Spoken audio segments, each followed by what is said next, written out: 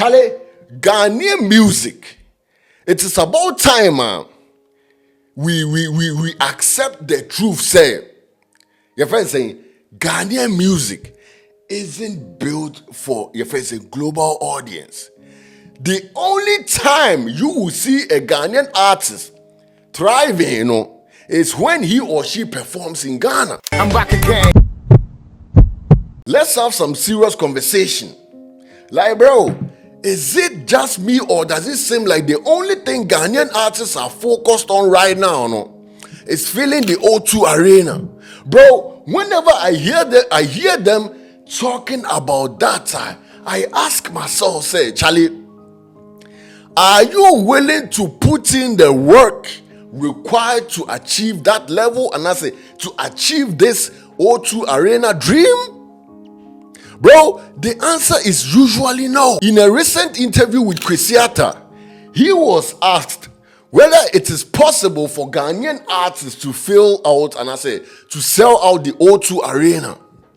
He said, and I say his response was yes, but only if Ghanaian artists come together. So what are your thoughts on filling the O2 arena?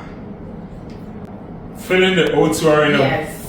As an artist, like, should that be something that you would want to achieve, like, brag about if, like, you are able to, like, fill the O2 arena? I would say, like, it'll be great to fill it up and, like, do it, but I would say, like, with how I'm moving, it's my intention to just, like, build gradually, and, like, now it's not the time for me to do that yet, I'm still building, and when the time is right, like, I'm gonna do it. But I think, yeah, Ghanaians have the ability to do that. Like, if we all come together and possibly do a show there. This confirms that no Ghanaian artist can single-handedly fill the O2 arena. Bro, if Kwesi Arthur thought and I said believed otherwise, he wouldn't have said it would take, your friend say, all Ghanaian artists coming together to make this happen. Last year, Medical and Friends filled the O2 Indigo. And Charlie, it seems like this has been the benchmark for many of Ghanaian artists. Bro, Portable. Charlie, how am I strongly pronouncing this name like that? Portable. You feel me? Portable, Nigerian Portable can easily sell out and I say fill your friend saying O2 Indigo. Like, he can easily do it to the extent, say, they will need to build a tent outside the O2 Indigo hall to accommodate those who couldn't get in because the O2 Indigo is relatively small. There is some work that needs to be put in to achieve such a dream. And I said, to even achieve any dream, Ghanaian artists have been daydreaming about filling the O2 arena, but it seems like they haven't considered the effort it required to reach that level. When you look at the Ghanaian music industry, it seems like the so-called A-list artists are the laziest in the country right now. And I can even say the upcoming artists are working way harder, and I say even harder than they are. I have said it several times in my videos, and I say in a couple videos, and I will keep saying it one more time, and I say each and every time I'm addressing this issue, and I say I'm addressing whatever issue regarding Ghana entertainment, and I say Ghana music. Charlie, Ghanaian music, it is about time we accept the truth. Say, your friend saying Ghanaian music isn't built for your friend say global audience. The only time you will see a Ghanaian artist thriving, is when he or she performs in Ghana. As soon as they cross the border, like your friend saying, skip your friend say immigration and enter someone's land or someone's country, bro, that Ghanaian artist that is banging in Ghana is unknown over there. or his music is unknown over there. A typical example is when Davido brought out Kwesi Arthur on stage. I hope I'm not wrong. He had a show in the US and he brought Kwesi Arthur out as a supporting art and as an artist. Charlie, the Ghanaians crowd dragged him for this performance. Bro, the audience was lame.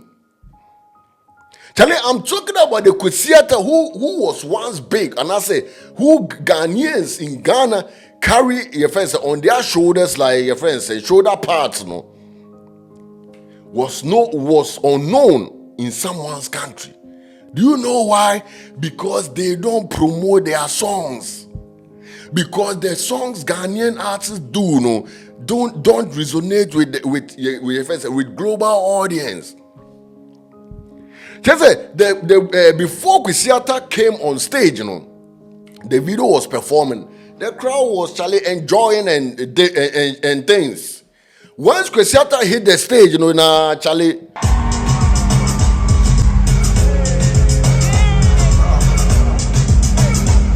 And if you remember, this your friends and content creator dragged him, and Kwesi Arthur was talking about attacking him or beating him.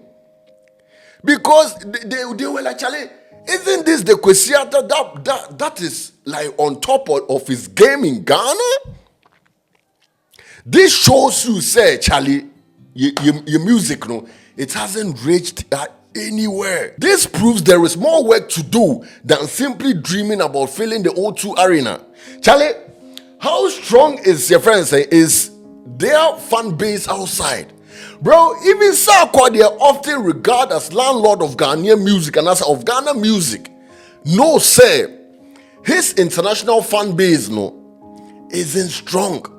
That's why whenever he comes abroad now, his shows are done in smaller venues, let's say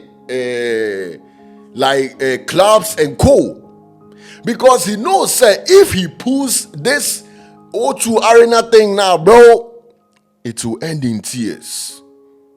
Like, not crocodile tears, but real tears. So to me, expecting all Ghanaian artists combined to fill the O2 Arena, Charlie, is unrealistic under these circumstances. Ghanaian musicians need to go back to basics to learn the business side of music. Because, Charlie, from what I see, it seems like many of them are clueless about how the industry works. Bro, they think, say, having 1 million followers on social media means they've made it. And as a result, they barely promote their music. Let me give you a typical example. During Kwesi Arthur's interview, he urged his fans to go listen to his current song. And I say, his song. Like, he was like, go stream Fefenefe. And I was like, hey, if it weren't for the interview, I wouldn't have known this song even existed. And I say, he has even released a song. And the song I'm talking about, and I say he is talking about, was released 6 months ago.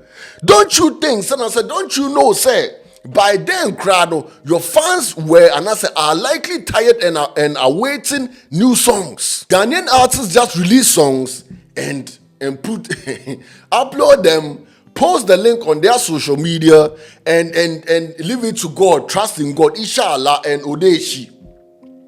And then go to sleep and think and dream of your friends saying, filling the O2 Arena.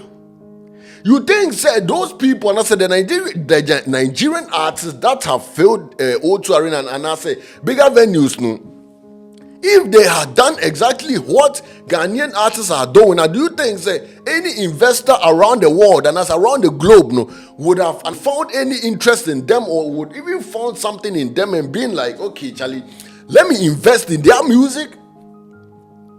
And I say, let me put some money in them? On God, no. They have proven several times, hey, Charlie, we've been about it and we are about it. What did I say? Like, Burna Boy been working, like, Charlie, they've been working more than the word work. What did I say? Like, from what I see, Nigerian artists take music as their everything. What did I say? Like, from what they give or from the energy they put in music. That's why their results are always huge, because they go all in. Compared to Ghanaian music, it seems like the majority of them are part-time musicians. They are just lucky they gain fame out of it. And right now, they are getting 1 or 2 cents out of it. But if it weren't for the fame, now, bro, Allah, they will go back to zero. And you could clearly see that they are lazy as hell. Look at Kwesi Arthur. He takes breaks from music as if he be part-time musician. Bro, been in the game, like he has a couple of hits, this and that. He vanishes and then comes back talking about I got new projects on the way. I can't wait to do the bro. The music industry, it's like a moving train.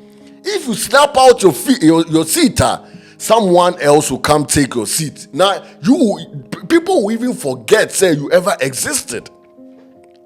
Especially if you don't take a long break from it. Ghanaian artists are not in the part, and are not at the level of taking breaks from music, unless they are part-time musicians, Charlie. But they say, oh yeah, part-time musicians, okay, but if you have, like Yemfa say, big dreams, let's say bigger dreams as Nigerian artists, bro, you got to work 24/7, and your promotion must be on point.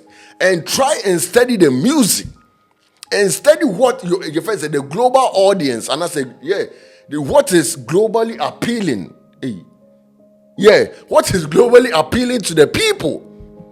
Study. That's why I once said, a Nigerian artist, and I said, Nigerian artists know when or which artist to feature on their song to make it a hit. And I said, for this song to travel, Nigerian artists, bro, you can even ask Portable, bro. He knows it. But Ghanaians, they don't like figure it out. They do saying. Like Ashake put this Brazilian girl cry for anything shit. This wine song, you got to listen to when making love. You feel me? Put this like a Brazilian girl on it. Charlie, this shit is a hit over there in Brazilian. In Brazilian, a German, it be the German that enters me, Charlie. In Brazil. You feel me? In Brazil, but Ghanaians don't do that. And Ghanaians don't invest. This investing in your craft, And see one of the main problems Ghana music has. Bro, if you go abroad, the majority of Ghanaians that listen to Ghanaian songs, is small. Like those that are born in Ghana, raised in Ghana, and came to abroad, and those that are your friends sing, born there, they don't because that's not appealing.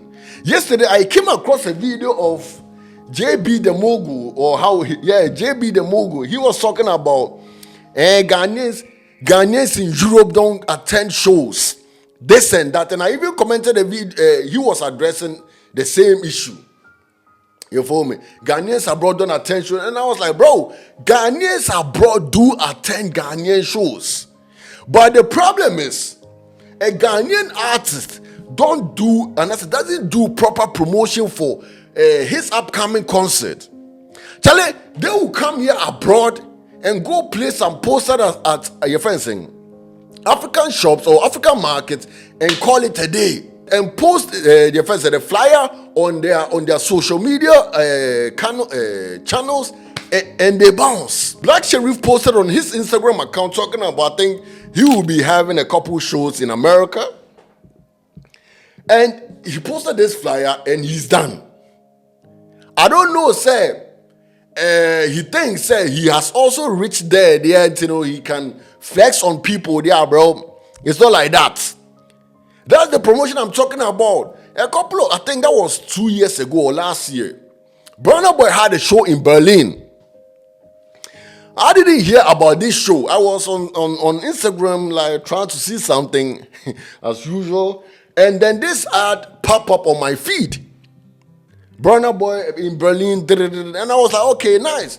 That's how I also got to know, say, Odogu will be in Berlin. How many of the Ghanaian artists do Insta sponsor ads on their shows, on their songs, on this and that to promote? This is also one style of promoting your product. But Ghanaians don't do. They'll just post the flyer and a couple times in their Insta stories and this and that, and then inshallah odeshi and hopes 1,000 people will pull up. They do the minimum to expect huge. That's not how it works. That's why I say they should go back to class 0 to learn the music business or to learn the basics, to learn how it is done. Because I'm not sure say the people and I said the artists that are on top of their game been moving, and I say have been moving like Ghanaian artists. On God no. If yes, they will be out of the window cry a long time ago in Bethlehem. One problem Ghanaian artists also have is that Charlie, they are not focused. There are only a few that are focused. Ken Promise is doing his thing. Kwame Eugene is also doing his thing, but not so. He's not on top of his game, but he's doing his thing. Okay, easy. Stonebwoy used to be one of the people that has this tunnel vision and being like, okay, the goal is ahead of me, bro. It's ahead of me, bro. But recently, he had an interview on a radio station. Hey, just say a Ghanaian artist will get the opportunity to advertise his product, to promote his product. Instead of doing that, they choose to talk about in Kwesi Arthur that people don't give a damn about. Okay, maybe Ghanaians give a damn about, but your friends say audience you want to reach on the other side of the world don't give a fuck about them. Charlie, Stonebwoy was on a radio was having a radio interview. Around that era, Nana's period, he done made a track with Spice. Instead of promoting this track, was Papa dear Kosunini. Stonebwoy that was once focused on the goal, ahead of him, was talking about Shatta Wale buying himself a Rolls Royce, was talking about Shatta Wale being a fake artist, was talking about Shatta Wale not having a Rolls Royce but faking it, this and that. And I was like, Charlie, point me to a video of any Nigerian artist that has gone to an interview and talk about his fellow Nigerian artists, especially when they have beef. They don't talk about, they do some trader fingers and bounce. And Nigerian artists barely gives even interviews. They barely give interviews, bro. They are so too focused to the extent that they don't even have time to go check time, whether it's interview time or not. Now, as a Ghanaian artist, you've been granted this interview, this opportunity. You are talking about your fellow artists. Shatta Wale, who doesn't even give a fuck about the Ghanaian music anyway. He is about himself and he doesn't care about Obibia. That's who you are talking about? With this kind of approach, how do you expect to fill the O2 Arena? Bro, let me ask something. Are Ghanaian radio interviews meant for discussing rivalries rather than promoting music? Nigerian artists like Whiskey, Davido, and Burna Boy can afford to beef. Do you know why? Because they have already reached and achieved global success. In contrast, a beef between Stonebwoy and Shatta Wale is counterproductive. Do you know why?